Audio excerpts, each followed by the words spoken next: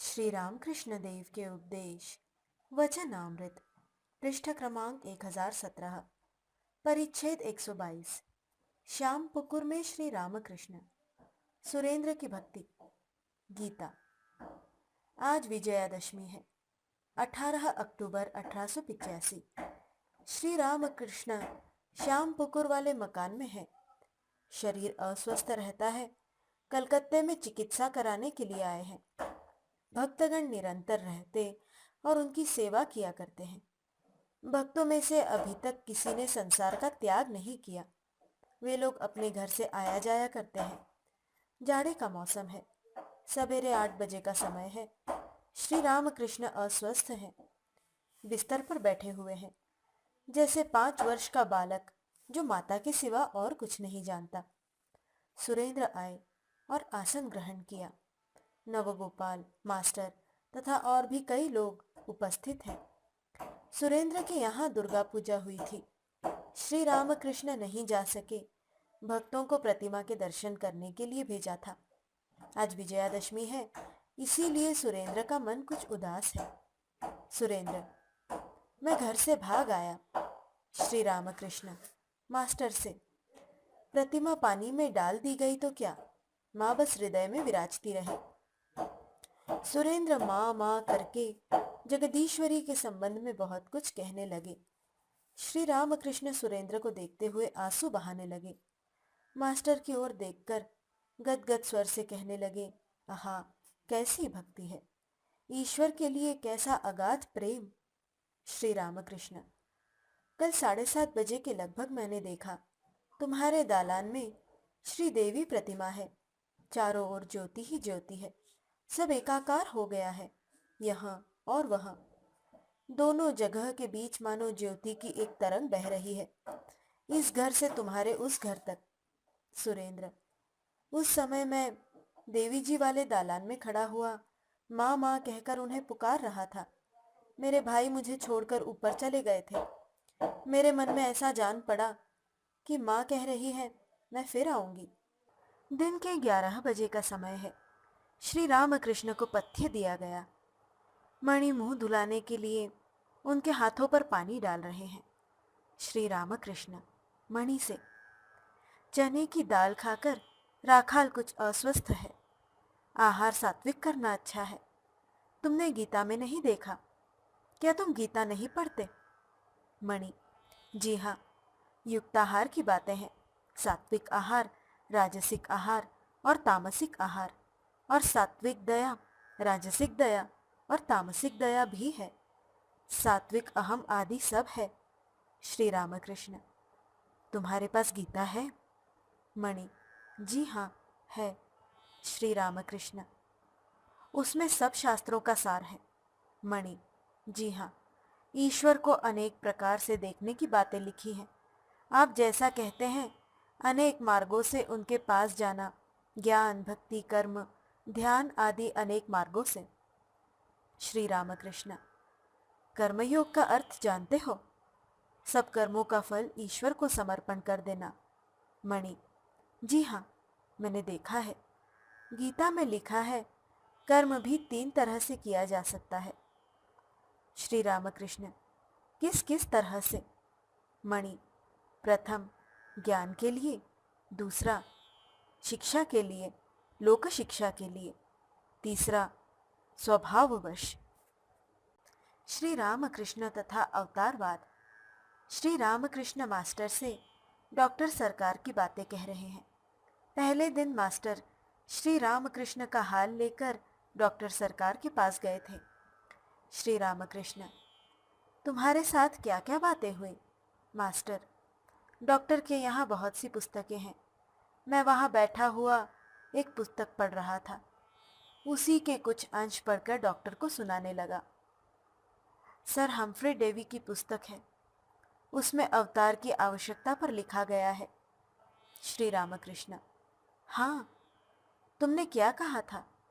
Master: उसमें एक बात यह है कि ईश्वर की वाणी आदमी के भीतर से होकर बिना आए मनुष्य उसे समझ नहीं सकते, इसीलिए अवतार की आवश्यकता है।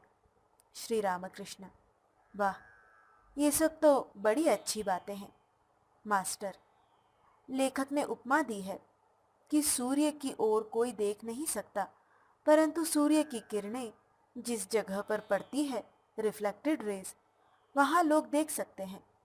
श्री रामकृष्ण, यहाँ तो बड़ी अच्छी बात है। कुछ और है मास्टर?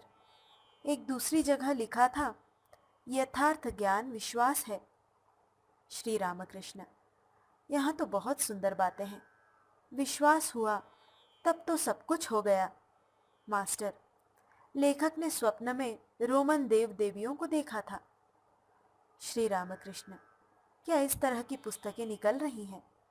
ऐसी जगह वे ही अर्थात ईश्वर ही काम कर रहे हैं। और भी कोई बात हुई? मास्टर, वे लोग कहते हैं हम संसार का उपकार करेंगे, तब मैंने आपकी बात कही।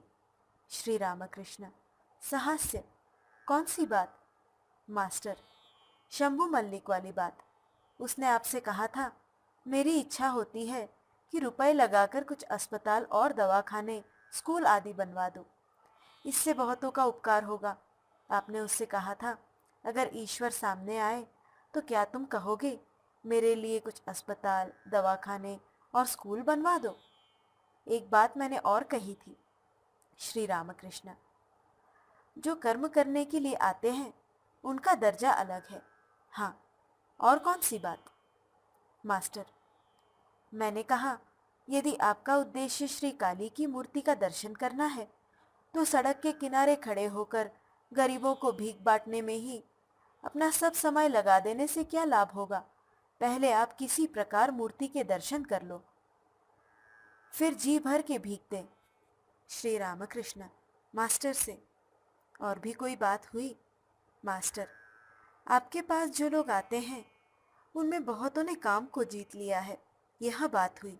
डॉक्टर ने कहा, मेरा भी काम भाव दूर हो गया है, इतना समझ लेना। मैंने कहा, आप तो बड़े आदमी हैं, आपने काम को जीत लिया तो कोई आश्चर्य की बात नहीं। शूद्र प्राणियों में भी उनके पास रहकर इंद्रियों को जीतने की शक्ति आ रही है, यही आश्चर्य है।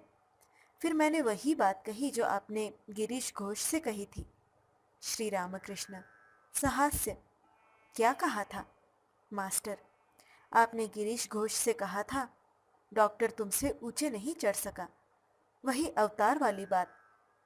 श्री रामकृष्ण, अवतार की बातें उससे कहना। अवतार वे हैं जो तारते हैं। इस तरह 10 अवतार हैं, 24 अवतार हैं और असंख्य अवतार भी हैं। मास्टर, गिरीश घोष की वे डॉक्टर सरकार खूब खबर रखते हैं। यही पूछते रहे कि गिरीश घोष ने क्या बिल्कुल शराब पीना छोड़ दिया? उन पर खूब नजर है। श्री रामकृष्ण, क्या गिरीश घोष से यह बात तुमने कही थी? मास्टर, जी हाँ कही थी, और बिल्कुल शराब छोड़ने वाली बात भी। श्री रामकृष्ण, उसने क्या कहा? मास्टर, उन्होंने कहा, तुम लोग जब कह रहे हो तो इस दशा में इसे श्री रामकृष्ण की बात समझकर मान लेता हूँ, परंतु मैं स्वयं अब जोर देकर कोई बात न कहूँगा। श्री रामकृष्ण, आनंदपूर्वक, कालीपद ने कहा है, उसने एकदम शराब पीना छोड़ दिया है। नित्य लीला योग। दिन का पिछला पहर है। डॉक्टर आए हुए हैं। अमृत अर्थात डॉक्टर के लड़के और हेम भी डॉक्टर के साथ आए हुए हैं। नरेंद्र आदि भक्त भी उपस्थित हैं। श्री रामकृष्ण एकांत में अमृत के साथ बातचीत कर रहे हैं। पूछ रहे हैं, क्या तुम्हें ध्यान जमता है? और कह रहे हैं, क्या जानते हो ध्यान की अवस्था कैसी होती है? मन तैल धारा की तरह हो जाता है। ईश्वर की ही चिंता रह जाती है, उसमें कोई दूसरी चिंता नहीं आती। अब श्री रामकृष्ण दूसरे से बातचीत कर रहे हैं। श्री रामकृष्ण डॉक्टर से, तुम्हारा लड़का अवतार नहीं मानता, यह अच्छी बात है। नहीं मानता तो न सही। तुम्हारा लड़का बड़ा अच्छा है, और होगा भी क्यों नहीं। बम्बई आम के पेड़ में कभी खट्टे आम भी लगते हैं। ईश्वर पर उसका कैसा विश्वास है। ईश्वर पर जिसका मन है, आदमी तो बस वही है। मनुष्य और मनहोश, जिसमें होश है, चैतन्य है, जो निश्चय पूर्वक जानता है कि ईश्वर सत्य है और सब अनित्य, वही वास्तव में मनुष्य है। अवतार नहीं मानता तो इसमें क्या दोष? ईश्वर है, यहाँ संपूर्ण जीव जगत उनका ऐश्वर्य है। इसे मानने से ही हो गया, जैसे कोई बड़ा आदमी और उसका बगीचा। बात यह है कि 10 अवतार हैं, 24 अवतार हैं और फिर असंख्य अवतार भी हैं। जहाँ कहीं उनकी शक्ति का विशेष प्रकाश है, वही अवतार है। मेरा यही मत है। एक बात और है, जो कुछ देख रहे हो यह सब वे ही हुए हैं। जैसे बेल के बीज, खोपड़ा, गूदा, तीनों को मिलाकर एक बेल है। जिनकी नित्यता है उन्हीं की लीला भी है। नित्य को छोड़कर केवल लीला समझ में नहीं आती। लीला के रहने के कारण ही लीला को छोड़ छोड़कर लोग नित्य में जाया करते हैं। जब तक अहम बुद्धि रहती है तब तक लीला के परे मनुष्य नहीं जा सकता। नेति नेति करके ध्यान योग द्वारा नित्य में लोग पहुंच सकते हैं, परंतु कुछ भी छोड़ा नहीं जा सकता, क्योंकि यह सब वे ही हुए हैं। जैसा मैंने कहा, बेल। डॉक्टर: बहुत ठीक है। श्री रामकृष्ण: कछदेव निर्विकल्प समाधि में थे। जब समाधि छूटी तब एक ने पूछा, आप इस समय क्या देखते हैं? कछदेव ने कहा, मैं देख रहा हूँ, संसार मानो उनसे मिला हुआ है। वे ही पूर्ण है। जो कुछ देख रहा हूँ सब वे ही हुए हैं। इसमें से क्या छोड़ूं और क्या पकड़ूं, कुछ समझ में नहीं आता। बात यह है कि नित्य और लीला का दर्शन करके दास भाव में रहना चाहिए। हनुमान ने साकार और निराकार दोनों का साक्षात्कार किया था। इसके बाद दास भाव से भक्त के भाव से रहे थे। मणि: स्वगत। नित्य और लीला दोनों को लेना होगा। जर्मनी में वेदांत के प्रवेश के समय से यूरोपीय पंडितों में भी किसी किसी का मत ऐसा ही है, परंतु श्री रामकृष्ण ने तो कहा है कि संपूर्ण रूप से त्याग, कामिनी कांचन का त्याग, यहाँ हुए बिना नित्य और लीला का साक्षात्कार नहीं होता। सच्चे साधक को ठीक ठीक त्यागी, संपूर्ण अनासक्त होना चाहिए। यहीं पर उनमें तथा हेगल जैसे यूरोपीय पंडितों में भेद है। श्री रामकृष्ण तथा ज्ञान योग। डॉक्टर कह रहे हैं, ईश्वर ने हमारी सृष्टि की है और हम सब लोगों की आत्माएं अनंत उन्नति करेंगी। वे यह मानने के लिए राजी नहीं कि एक आदमी किसी दूसरे आदमी से बड़ा है, इसीलिए वे अवतार नहीं मानते। डॉक्टर: अनंत उन्नति, यह अगर न हो तो 5-7 वर्ष और बचकर क्या होगा? इससे तो मैं गले में रस्सी की फांसी लगाकर मर जाना बेहतर समझता हूं। अवतार फिर है क्या? जो मनुष्य शौच जाता है, पेशाब करता है, उसके पैरों सिर झुकाऊं? हाँ, परंतु यह मानता हूं कि मनुष्य में ईश्वर की ज्योति प्रतिबिंबित होती है। गिरीश हंसकर: आपने ईश्वरी ज्योति कभी देखी नहीं? डॉक्टर उत्तर देने से पहले कुछ इधर उधर करने लगे। पास ही एक मित्र बैठे हुए थे। धीरे धीरे उन्होंने कुछ कहा। डॉक्टर गिरीश के प्रति: आपने भी तो प्रतिबिंब के सिवा और कुछ नहीं देखा। गिरीश: मैं देखता हूं, वह ज्योति मैं देखता हूं। श्री कृष्ण अवतार है, यह मैं प्रमाणित कर दूंगा, नहीं तो अपनी जीभ काटकर फेंक दूंगा। श्री रामकृष्ण: यह सब जो बातचीत हो रही है कुछ भी नहीं है। यह सब सन्निपात ग्रस्त रोगी की बकवाद है। विकार के रोगी ने कहा था, मैं घड़ा भर पानी पीऊंगा, हंडी भर भात खाऊंगा। वैद्य ने कहा, अच्छा खाना तब खाना। अच्छे हो जाने के बाद जो कुछ तू कहेगा वैसा ही किया जाएगा। जब घी कच्चा रहता है तभी तक उसमें कलकलाहट होती है, पक जाने पर फिर आवाज नहीं निकलती। जिसका जैसा मन है वह ईश्वर को उसी तरह देखता है। मैंने देखा है बड़े आदमी के घर में रानी की तस्वीर आदि यह सब है, और भक्तों के यहाँ देव देवियों की तस्वीरें हैं। लक्ष्मण ने कहा था, हे राम, वशिष्ठ देव जैसे पुरुष को भी पुत्रों का शोक हो रहा है। राम ने कहा, भाई, जिसमें ज्ञान है उसमें अज्ञान भी है। जिसे उजाले का ज्ञान है उसे अंधेरे का भी ज्ञान है। इसलिए ज्ञान और अज्ञान से परे हो जाओ। ईश्वर को विशेष रूप से जान लेने पर यह अवस्था प्राप्त हो जाती है। इसे ही विज्ञान कहते हैं। पैर में कांटा चुभ जाने से उसे निकालने के लिए एक और कांटा ले आना पड़ता है। निकालने के बाद फिर दोनों कांटे फेंक दिए जाते हैं। ज्ञान रूपी कांटे से अज्ञान रूपी कांटा निकालकर ज्ञान और अज्ञान रूपी दोनों कांटे फेंक दिए जाते हैं। पूर्ण ज्ञान के कुछ लक्षण हैं। उस समय विचार बंद हो जाता है। पहले जैसा कहा, कच्चा रहने से ही घी में कलकलाहट रहती है। डॉक्टर, पूर्ण ज्ञान रहता कहाँ है? सब ईश्वर है, तो फिर आप परमहंस का काम क्यों करते हैं? और ये लोग आकर आपकी सेवा क्यों करते हैं? आप चुप क्यों नहीं रहते? श्री रामकृष्ण सहास्य। पानी स्थिर रहने पर भी पानी है, और तरंग रूप से हिलने डुलने पर भी वहाँ पानी ही है। एक बात और, महावत नारायण की बात भी क्यों न मानी जाए? गुरु ने शिष्य को समझाया था कि सब नारायण है। पागल हाथी आ रहा था।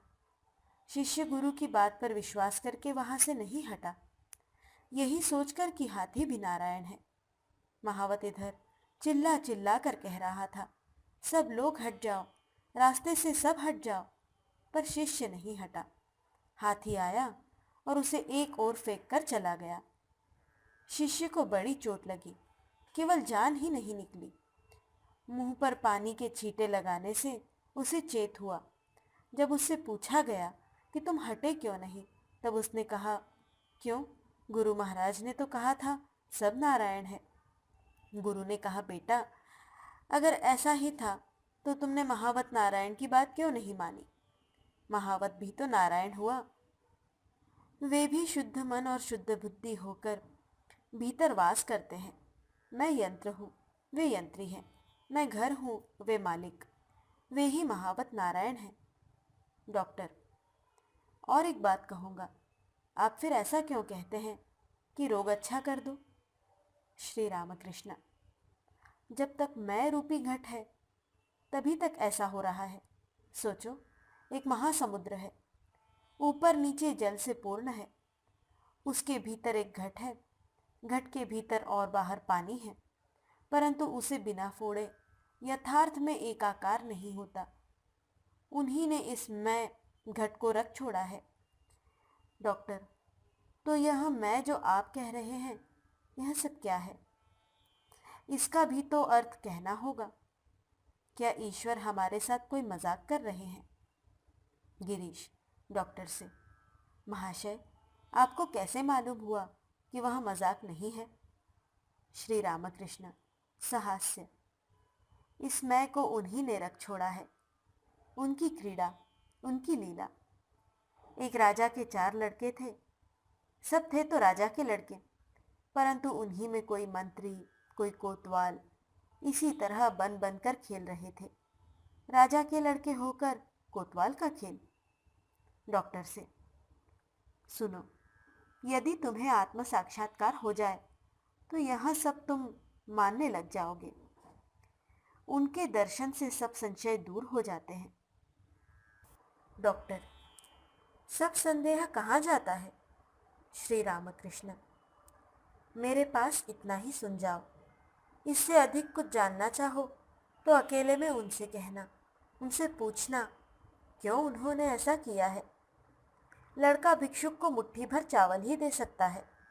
अगर रेल की किराए की उसे आवश्यकता होती है तो यह बात मालिक के कान तक पहुंचाई जाती है। डॉक्टर चुप है। श्री रामकृष्ण, अच्छा, तुम्हें विचार प्यारा है तो सुनो, कुछ विचार करता हूँ। ज्ञानी के मत से अवतार नहीं है। कृष्ण ने अर्जुन से कहा था, तुम मुझे अवतार अवतार कह रहे हो, आओ तुम्हें एक दृश्य दिखलाऊं। अर्जुन साथ साथ गए। कुछ दूर जाने पर कृष्ण ने पूछा, क्या देखते हो? अर्जुन ने कहा, एक बहुत बड़ा पेड़ है और उसमें गुच्छे के गुच्छे जामुन लटक रहे हैं। कृष्ण ने कहा, वे जामुन नहीं है, जरा और बढ़कर देखो। तब अर्जुन ने देखा, गुच्छों में कृष्ण फले हुए थे। कृष्ण ने कहा, अब देखा मेरी तरह कितने कृष्ण फले हुए हैं। कबीरदास ने कृष्ण की बात पर कहा था, वहां तो गोपियों की तालियों पर बंदर नाच नाचा था। जितना ही बढ़ जाओगे, ईश्वर की उपाधि उतनी ही कम देखोगे। भक्त को पहले दशभुजा के दर्शन हुए, और भी बढ़कर उसने देखा षडभुजा मूर्ति, और भी बढ़कर देखा द्विभुज गोपाल।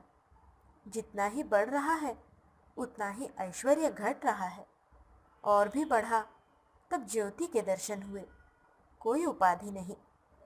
जरा वेदांत का भी विचार सुनो। किसी राजा को एक आदमी इंद्रजाल दिखाने के लिए आया था। उसके जरा हट जाने पर राजा ने देखा, एक सवार आ रहा है, घोड़े पर बड़े रोब दाब से, हाथ में अस्त्र शस्त्र लिए हुए। सभा भर के आदमी और राजा विचार करने लगे कि इसके भीतर क्या सत्य है। वहाँ घोड़ा तो सत्य नहीं है, वहाँ साज बाज भी सत्य नहीं है, वे अस्त्र शस्त्र भी सत्य नहीं है। अंत में सचमुच देखा, सवार ही अकेला खड़ा था और कुछ नहीं, अर्थात ब्रह्म सत्य है, संसार मिथ्या। विचार करना चाहो तो फिर और कोई चीज नहीं टिकती। डॉक्टर, इसमें मेरी ओर से कोई आपत्ति नहीं। श्री रामकृष्ण, परंतु यह भ्रम सहज ही दूर नहीं होता। ज्ञान के बाद भी कुछ कुछ रहता है। स्वप्न में अगर कोई बाघ देखता है तो आंख खुलने के बाद भी छाती धड़कती है। चोर खेत में चोरी करने के लिए गए हुए थे। वहां आदमी के आकार का पुतला बनाकर खड़ा कर दिया गया था, डरवाने के लिए। चोर मारे डर के घुस नहीं रहे थे। एक ने पास जाकर देखा तो केवल घास आदमी के शक्ल की बांधकर खड़ी कर दी गई थी। उसने वहां से आकर अपने साथियों से कहा कि डरने की कोई बात नहीं, किंतु फिर भी वे लोग मारे डर के कदम आगे नहीं बढ़ा रहे थे। कहते थे, छाती धड़कती है। तब जिसने पास जाकर देखा था, उसने उस गड़े हुए आकार को जमीन में सुला दिया और कहने लगा, यहाँ कुछ नहीं है, यहाँ कुछ नहीं है, नेति नेति। डॉक्टर, यहाँ तो बड़ी सुंदर बात है। श्री रामकृष्ण, सहास्य, हाँ कैसी बात है? डॉक्टर, बड़ी सुंदर है। श्री रामकृष्ण, एक बार थैंक यू भी तो कहो। डॉक्टर, क्या आप मेरे मन का भाव नहीं समझ रहे हैं? इतना कष्ट करके आपको यहाँ देखने के लिए आता हूँ।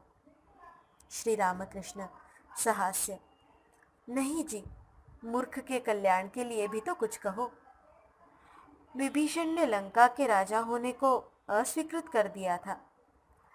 कहा था, राम मैं तुम्हें जब पा गया तो अब राज्य से क्या काम।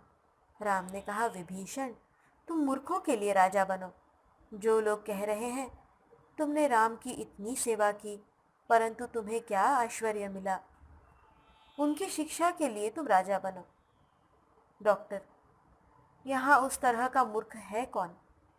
श्री रामकृष्ण, सहास्य, नहीं जी, यहाँ शंख भी है और शंभुक भी है। सब हंसते हैं। डॉक्टर के प्रति उपदेश। डॉक्टर ने श्री रामकृष्ण के लिए दवा दी, 2 गोलियां। कहने लगे, ये गोलियां दी हैं पुरुष और प्रकृति। सब हंसते हैं। श्री रामकृष्ण, सहास्य, हाँ पुरुष और प्रकृति एक ही साथ रहते हैं। तुमने कबूतरों को नहीं देखा? नर तथा मादा अलग नहीं रह सकते। जहाँ पुरुष है वहीं प्रकृति भी है, जहाँ प्रकृति है वहीं पुरुष भी है। आज विजयादशमी है। श्री रामकृष्ण ने डॉक्टर से कुछ मिष्ठान्न खाने के लिए कहा। भक्तगण मिष्ठान्न लाकर देने लगे। डॉक्टर खाते हुए, भोजन के लिए थैंक यू कहता हूँ, आपने जो ऐसा उपदेश दिया उसके लिए नहीं। वह थैंक यू मुंह से क्यों निकाला जाए? श्री रामकृष्ण सहास्य। उनमें मन रखना, और क्या कहूँ, और थोड़ी थोड़ी देर के लिए ध्यान करना। छोटे नरेंद्र को दिखलाकर, देखो, इसका मन ईश्वर में बिल्कुल लीन हो जाता है। जो सब बातें तुमसे कही गई थी डॉक्टर, अब इन लोगों से कहिए। श्री रामकृष्ण, जिसे जैसा सही है उसके लिए वैसी ही व्यवस्था की जाती है। वे सब बातें ये सब लोग कभी समझ सकते हैं? तुमसे कही गई थी, वह और बात है। लड़के को जो भोजन रुचता है और जो उसे सही है वही भोजन उसके लिए माँ पकाती है। सब हंसते हैं। डॉक्टर चले गए। विजया के उपलक्ष्य में सब भक्तों ने श्री रामकृष्ण को साष्टांग प्रणाम करके उनके पैरों की धूल लेकर सिर से लगाई। फिर एक दूसरे को सप्रेम भेंटने लगे। आनंद की मानो सीमा नहीं रही। श्री रामकृष्ण को इतनी सख्त बीमारी है, परंतु वे जैसे सब भूल गए हो। प्रेमालिंगन और मिष्ठान्न भोजन बड़ी देर तक चल रहा है। श्री रामकृष्ण के पास छोटे नरेंद्र, मास्टर तथा 2-4 भक्त और बैठे हुए हैं। श्री रामकृष्ण आनंद से बातचीत कर रहे हैं। डॉक्टर के बारे में बातचीत होने लगी। श्री रामकृष्ण, डॉक्टर को और अधिक कुछ कहना न होगा। पेड़ का काटना जब समाप्त हो आता है तब जो आदमी काटता है वह जरा हटकर खड़ा हो जाता है। कुछ देर बाद पेड़ आप ही गिर जाता है। मास्टर से, डॉक्टर बहुत बदल गया है। मास्टर, जी हाँ, यहाँ आने पर उसकी अक्ल ही मारी जाती है। क्या दवा दी जानी चाहिए इसकी बात ही नहीं उठाते। हम लोग जब याद दिलाते हैं तब कहते हैं हाँ हाँ दवा देनी है। बैठक खाने में कोई कोई भक्त गा रहे हैं। श्री रामकृष्ण जिस कमरे में है उसी में सबके आने पर श्री रामकृष्ण कहने लगे, तुम सब गा रहे थे, ताल ठीक क्यों नहीं रहता था? कोई एक बेताल सिद्ध था। यह भी वैसी ही बात हुई। सब हंसते हैं। छोटे नरेंद्र का आत्मीय एक लड़का आया हुआ है। खूब भड़कीली पोशाक पहने और नाक पर चश्मा लगाए। श्री रामकृष्ण छोटे नरेंद्र से बातचीत कर रहे हैं। श्री रामकृष्ण, देखो, इसी रास्ते से एक जवान आदमी आ रहा था। उसकी कमीज की आस्तीनों में प्लेट पड़ी थी। उसके चलने का ढंग भी कैसा था। रह रहकर वह चादर हटाकर अपनी कमीज दिखाता था और इधर उधर देखता था कि कोई उसकी कमीज देखता भी है या नहीं। परंतु जब वह चलता था तो साफ मालूम हो जाता था कि उसके पैर टेढ़े हैं। मोर अपने पंख तो दिखलाता है पर उसके पैर बड़े गंदे होते हैं। इसी प्रकार ऊँट भी बड़ा भद्दा होता है, उसके सब अंग कुत्सित होते हैं। नरेंद्र का आत्मीय, परंतु आचरण अच्छे होते हैं। श्री रामकृष्ण, अच्छा है, परंतु ऊँट कटीली घास खाता है, मुख से धर धर खून गिरता है, फिर भी वही घास खाता जाता है। आँख के सामने लड़का मरा, फिर भी संसारी लड़का लड़का की ही रट लगाए रहता है।